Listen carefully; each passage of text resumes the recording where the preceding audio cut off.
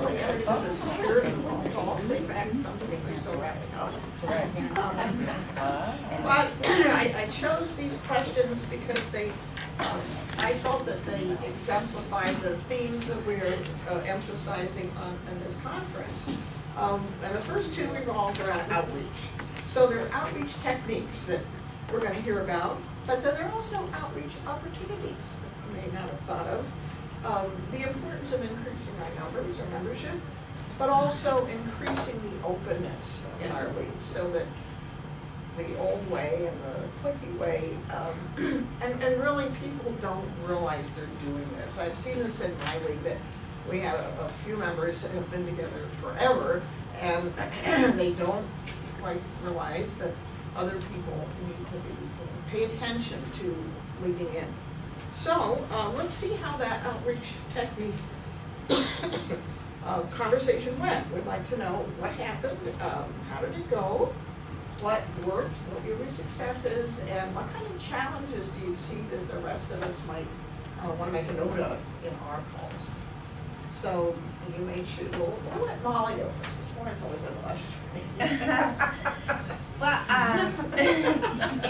thought it went well, and our scenario was number one. So I noticed that between the two of us talking, the first thing that we did while the league member was saying, "Oh gosh, I'm really having a hard time," the acknowledging the good stuff that they had done before questioning the next part.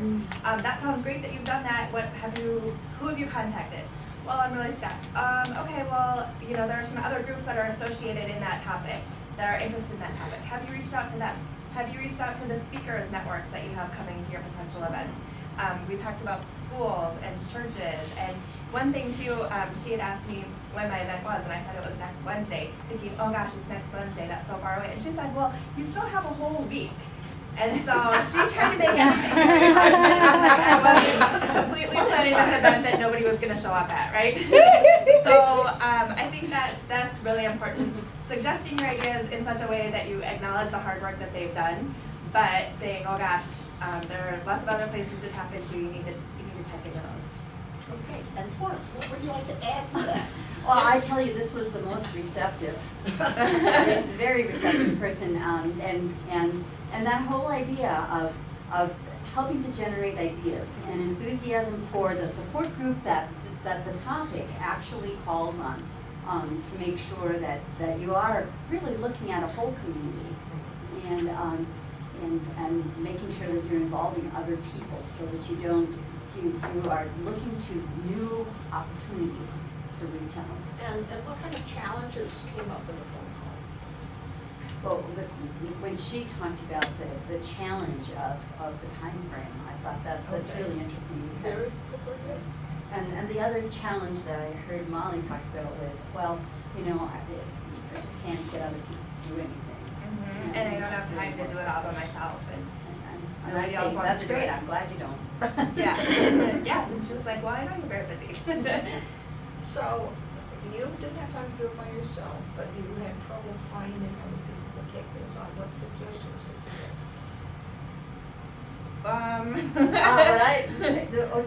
get? This is what I heard from Molly is that she didn't have time to, but then she said, well, maybe I could make a few phone calls to these other groups. I said, and I suggested, Molly, maybe the first phone calls that you should make should be to league members that you could engage in making those contacts. Because I think it's really important to get away from doing it all yourself. It's really, really important. And put your energy into how can you involve other people. So what's her first feeling that they wouldn't respond to her? Is that why you felt you couldn't get other people to do it? Yes, I felt like nobody cared as much about the topic as I do, so they didn't want to do it. But I think it goes back to something important that you said outside of this conversation, in that we get members and we don't engage them in things that are going on, so they wouldn't want to. And I think somebody said, they get used to doing nothing, and so that's what they expect. Somebody else is going to do it. So, as being responsible for membership and keeping people engaged, we need to do that all the time, not just when we need help. Because it's kind of like that girlfriend that you have that only wants to hang out when she doesn't have a boyfriend, and you're like, you know what, this is not really beneficial to our friendship, what's going on here? Or that person that only asks for favors. You don't wanna have that give and take relationship. But if you start engaging new members right away and getting them involved, they're gonna say, yeah, I do wanna make those phone calls for you. Oh gosh, you're kind of stuck, I'll help you.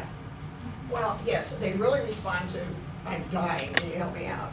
Yeah. Absolutely, get a lot of response. But I also see the value of the coach as suggesting this and kind of overcoming your reticence to call, because you've got in your mind, oh, they won't want to do it.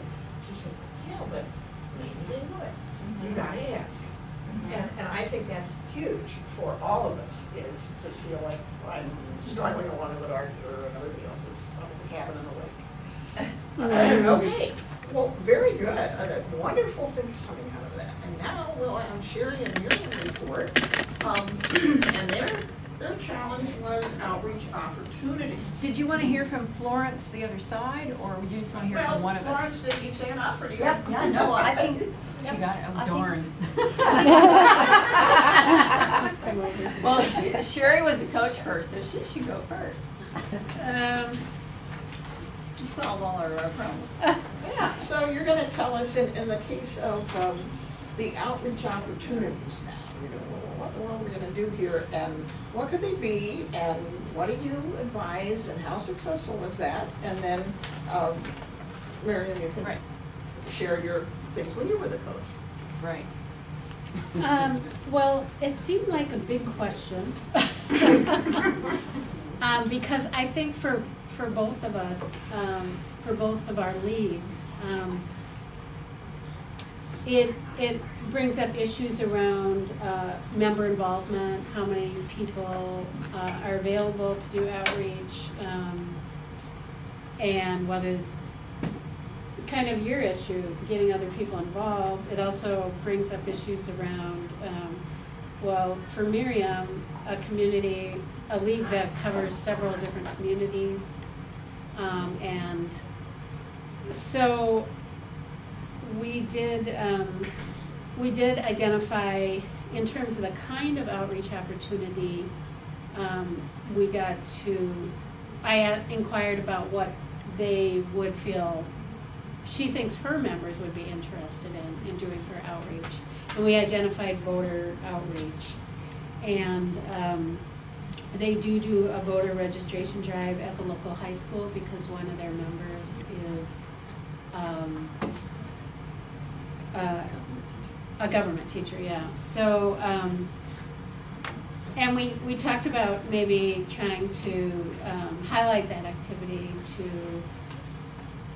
maybe using the local media, trying to get the local paper to cover it as a way of, because Miriam said they do that, but probably no one knows that they're doing it. And so as a form of more visibility for the league and also engagement of younger people, showing younger people engagement in a positive way.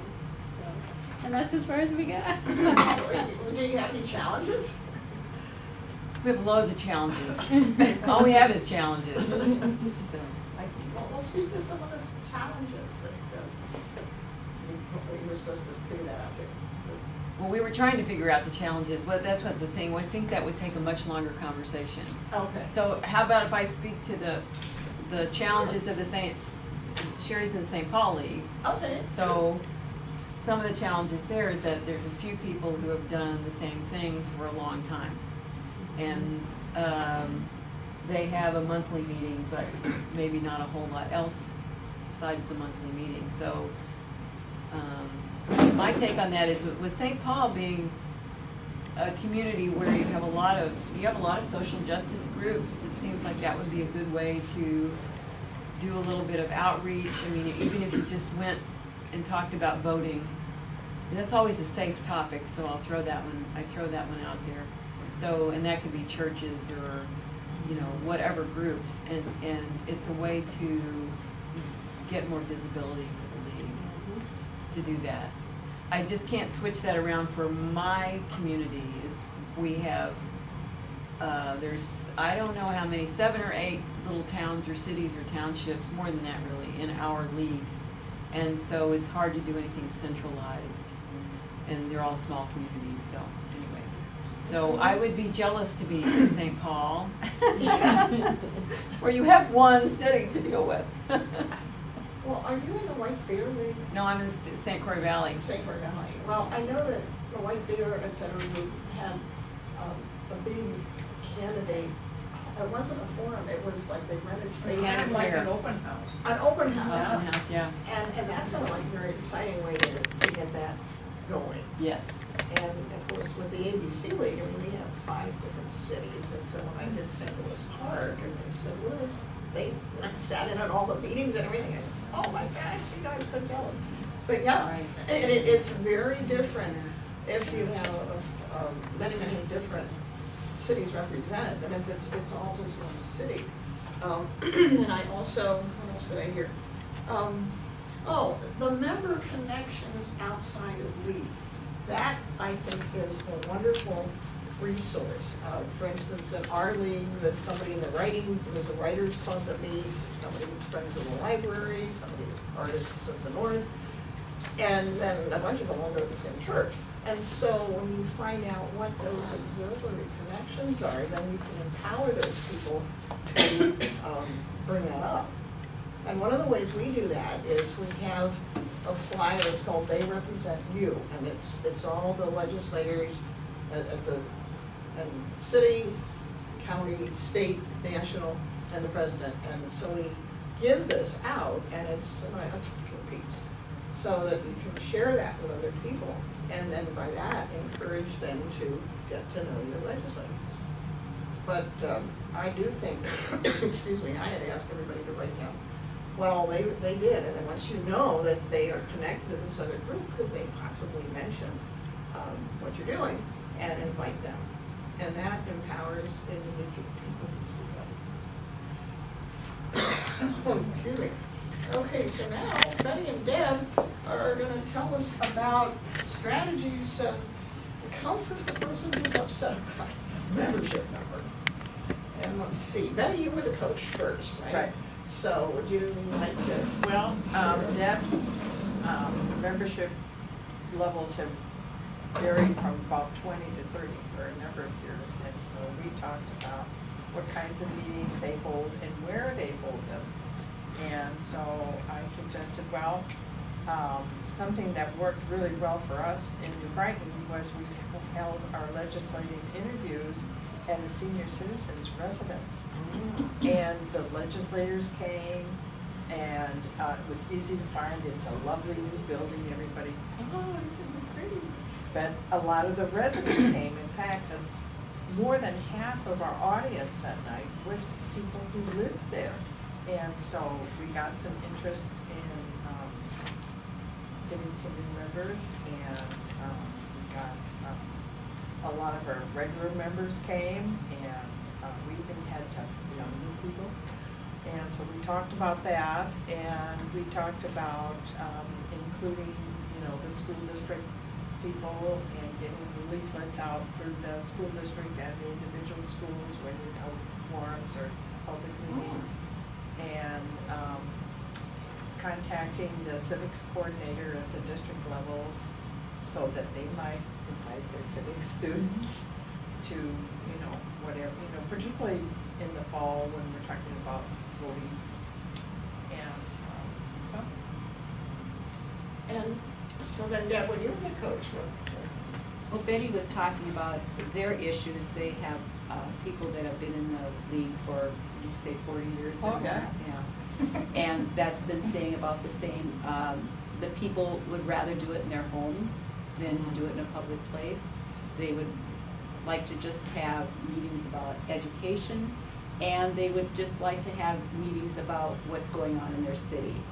So that really limits what topics they can have. And then they've had some people quit because of positions were taken as a state league. So I told her how, they have had some success with visiting the local topics, that maybe, seeing they do like education, to see if the school district has a History Day winner. And they're eighth graders, they can't drive, mom and dad have to bring them, and usually grandma and grandpa come with because they wanna see this. So, and then you can invite your legislators to come because, if it's a state topic or, Yep. you know, so invite them, invite their school teachers, their principals, put it in the paper, and do those kind of things, so. And then in our situation, it happened to be that it was a Plymouth, and we have two leagues in Plymouth, one East Plymouth, one Western Plymouth, so we did it in conjunction with the other leagues. We had a good turnout, but no members, I have to say. So you try, you do your best, you do your Right, best. you try something different every year. And you always have to think it takes about 3 or more touches before they'll. That's true. But hopefully that young woman will grow up and she'll say that, I remember the league. I remember the league, I know who that is. Yeah. And if you do that, I mean, I think that's a great accomplishment right there. Right. Well, that's a signature moment. Remember Garrison Keeler opened his speech with that at the National Convention here. He won that. But, you know, that whole idea of taking them where they're at, with their strength, we're gonna do education. Okay, so let's take that a step further. How about the high school? How about history day? Yeah. And so you're not scaring them too much. Right, right. It's just a little tiny step, and then we can get another little tiny step. So that is excellent strategy. And now we have the moment we've all been waiting for, how to deal with those cliques. And so Suzanne was the coach, and she got to hear from Lynn what was going on in that cliquey little. You were coach first, so. Okay, well, she said that they met in houses and that they just really liked that. They came for the dessert.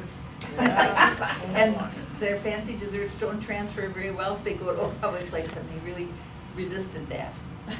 And, Because of the food. well, that was a big item, and, you know, they say you feed them and they will come, you know, so I didn't think she should give up the food entirely, but maybe make it more mobile. The cliquey stuff, it was just, they were hard to change, they were resistant to change. And so we talked about issues that, you know, people, new issues that they weren't around when you started the league 30 years ago or something, so maybe, you know, if you bring up new issues, current issues, they would be forced to open their minds a little bit. Anything else you can think of? Well, you suggested that we could try going to like a local. Oh, yeah, local foods. Local grown foods then, and maybe have somebody chef it and, you know, go to a restaurant and kind of try that approach to. You know. That's a big issue now, it's a big issue at our league, so I thought if you go, or maybe invite people who grow organic meat, have them come and bring their stuff, or, you know, a farmer that does cheeses on his farm, and could have wine and cheese, and then we talked about having wine, because that mellows out these old people. You can talk them into things when they too much. And they're sort of softened up a little bit. But the ironic thing is that our league, because of many changes, truly does not meet in homes hardly ever anymore.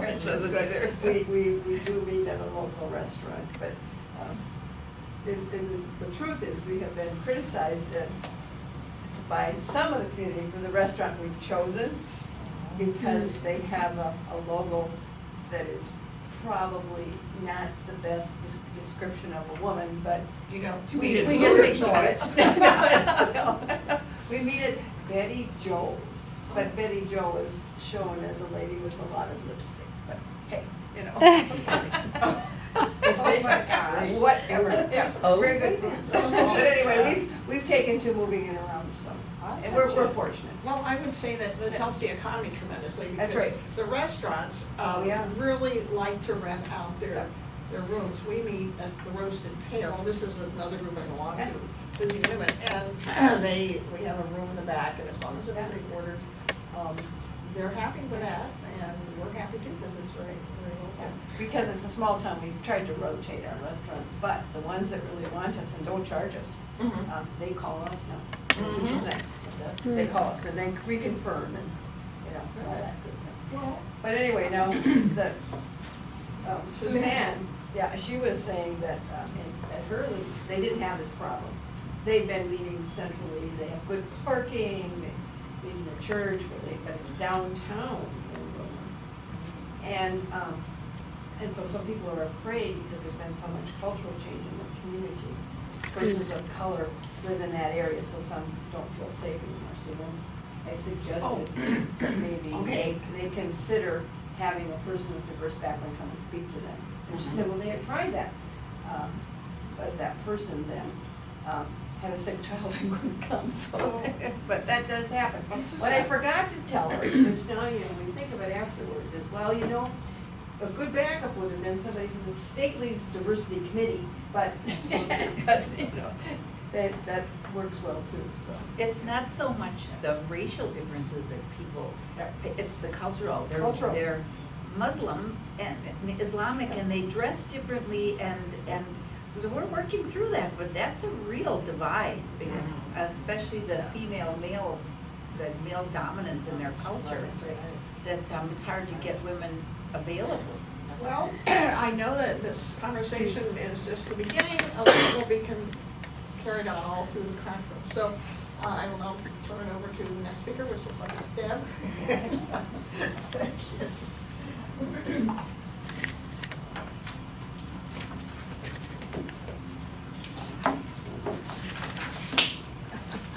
Are you gonna sit there?